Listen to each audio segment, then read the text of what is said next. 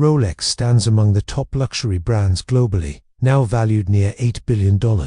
Its origins trace back a century and began with an orphaned teenager whose inheritance was taken from him. With nothing except his resolve to conquer adversity, he fled his hometown and relocated to a new country. After several years of defiance, he chose to pursue his passion and established a watchmaking business. He had no idea this venture would lead him to revolutionize wristwatches, transform the industry, and build a billion-dollar empire. Hans Wilsdorf was born in Kulmbach, Germany, on March 22, 1881, to Anna and Johann Daniel Wilsdorf. He was the second of 3 children. His family managed a successful business inherited from his grandfather, selling iron goods, classifying them in the middle class. Sadly, his mother fell ill and died in 1892. Worse still, his father passed away the next year, leaving Hans orphaned at 12, now under his mother's brother's care. His uncle sold the family business and used part of the proceeds for their schooling, enrolling all 3 in a prestigious school called Ernestheimer Coburg in Bavaria, Germany. Hans disliked this and became depressed in the new town, where he was considered an outsider and often teased for his religion. To cope, he focused on academics. As he matured, he realized his uncle's decision was crucial to his success. Our uncles were not indifferent to our fate, yet their way of fostering self-reliance early made me careful with my belongings. I owe much of my success to this. Hans enjoyed books and excelled at school, particularly in mathematics and languages.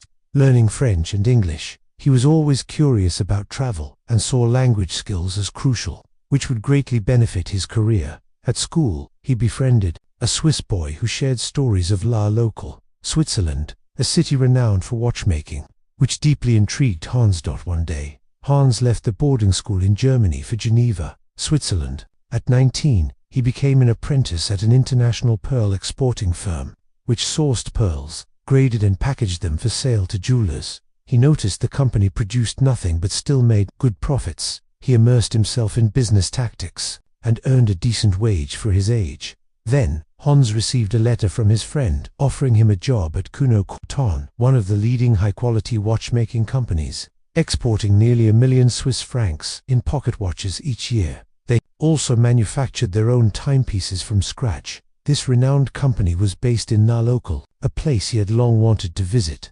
Although his current job was more lucrative, his curiosity for watches and the region drew him there. So in 1900, he moved to La Local to join the firm. He was hired as an English correspondent and clerk, thanks to his language skills, with a monthly salary of 80 Swiss francs. He also wound hundreds of pocket watches daily and checked their accuracy, learning extensively about watchmaking and the production of different watches. However, his tenure was short. After 2 years, he returned to Germany for military service. At 22, he moved to London, England, to work at another fine watch company, where he had a larger role and responsibility for increasing sales. During 2 years there, he successfully grew the company's customer base and sales. He was already considering starting his own watch business and absorbed all he could to prepare for it. During this period, he met Florence Frances May Cratty, whom he later married. One day Hans was outside with his much older brother-in-law,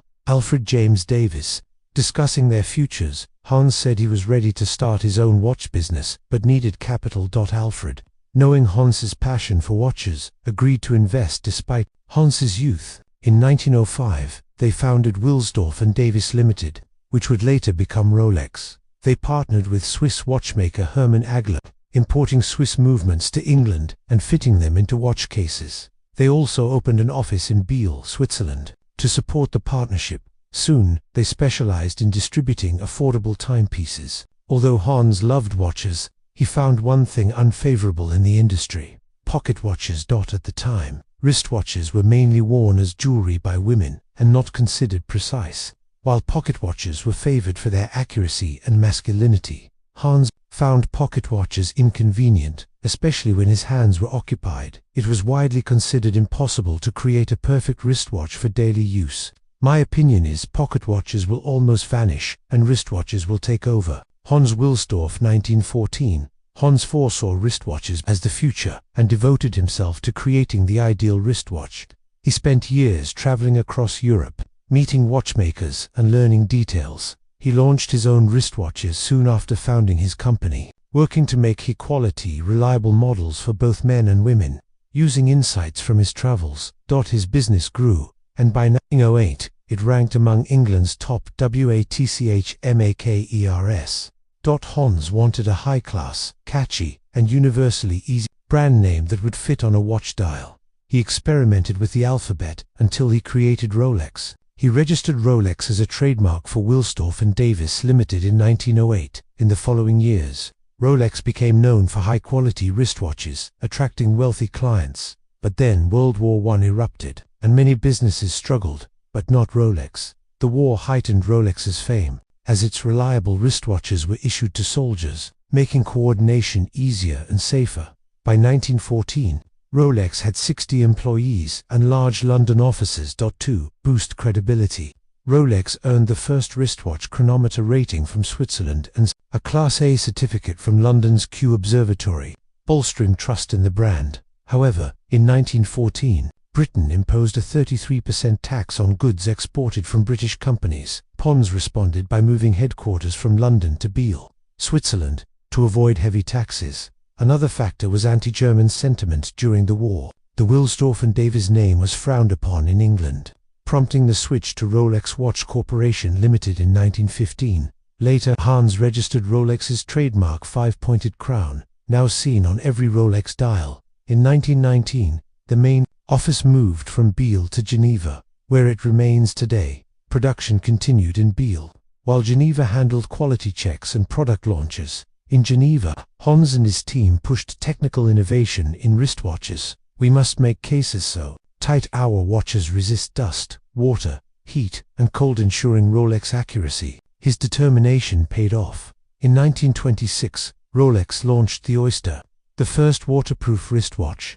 The case provided optimal protection, making it waterproof. Hans knew its significance and waited for the right moment to introduce it. In 1927, he heard of Mercedes, who planned to swim the English Channel again. He encouraged her to wear the Rolex Oyster during her swim. After over 10 hours, she was rescued before completing the swim, but the watch emerged unharmed. The public was amazed, and Hans seized the publicity by advertising in the London Daily Mail. This event propelled Rolex to global fame as a revolutionary watch. He further promoted the Oyster by displaying it in fishbowls at dealerships, captivating passers-by.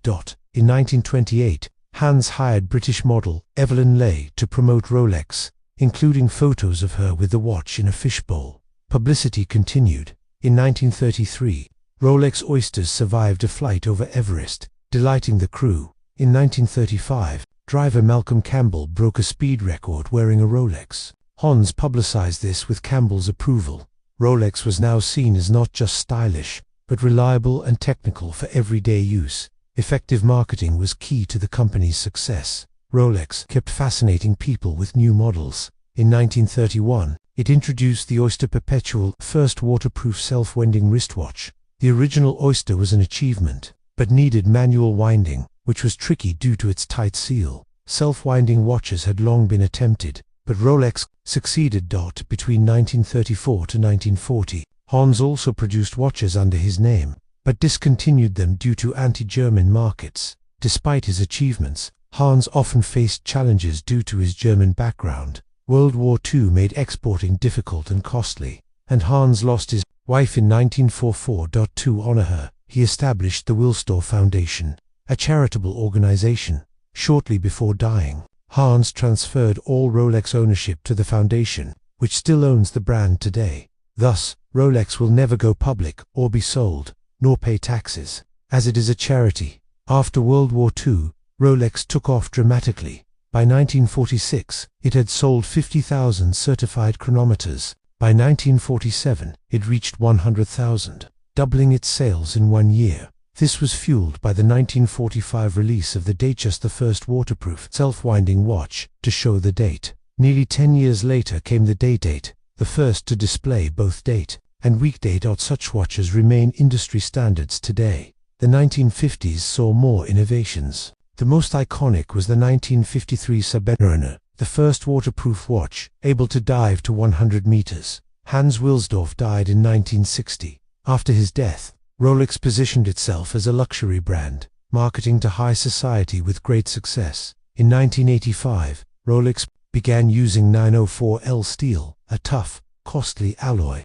making it the first watchmaker to do so. A reason for high prices today. Rolex is now the world's most recognizable watch brand. From nothing, Orphan Hans Wilsdorf charted his own course, reshaping the watch world. His commitment to design and innovation made him one of the industry's most influential figures. His legacy lives on in every Rolex worn. Thank you for watching, subscribe, and see you next time.